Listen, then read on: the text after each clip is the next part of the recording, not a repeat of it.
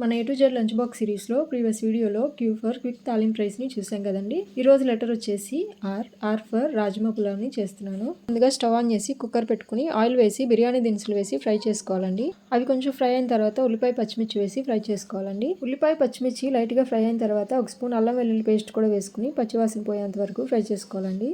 అల్లం వెల్లుల్లి పేస్ట్ వేగిన తర్వాత టమాటో ముక్కలను కూడా వేసుకుని ఫ్రై చేసుకోవాలి. టొమాటో ముక్కలు కొంచెం సాఫ్ట్ అయిన తర్వాత పుదీనా కొత్తిమీర వేసి ఒకసారి కలుపుకోవాలండి. ఇప్పుడు ఒక అరకప్పు నైట్ అంతా నానబెట్టుకుని ఉడకపెట్టుకున్న రాజ్మా గింజలను వేసుకోవాలి. రాజ్మా గింజలను వేసి కలుపుకున్న తర్వాత ఉప్పు, కారం అలానే గరం మసాలా కూడా వేసుకుని ఒకసారి కలుపుకోవాలండి. ఈ విధంగా ఒక నిమిషం పాటు కలుపుకున్న తర్వాత బియ్యానికి తగినట్లుగా వాటర్ని యాడ్ చేసుకోవాలండి. నేనైతే ఒక గ్లాసు బియ్యాన్ని తీసుకున్నానండి. 1.5 గ్లాసు వాటర్ని యాడ్ చేసుకున్నాను. ఈ విధంగా ఎసరు మరిగిన తర్వాత బియ్యాన్ని యాడ్ చేసుకుని ఒక 2 విజిల్స్ వచ్చేంత వరకు ఉడికించుకోవాలి. ఇంకింతేనండి, ఎంతో టేస్టీగా ఉండే రాజ్మా పులావ్ రెడీ అయిపోయింది. ఒకసారి మీరు కూడా ట్రై చేయండి. మరొక లంచ్ బాక్స్ రెసిపీతో మళ్ళీ కలుస్తానండి. థ్యాంక్ యూ అండి.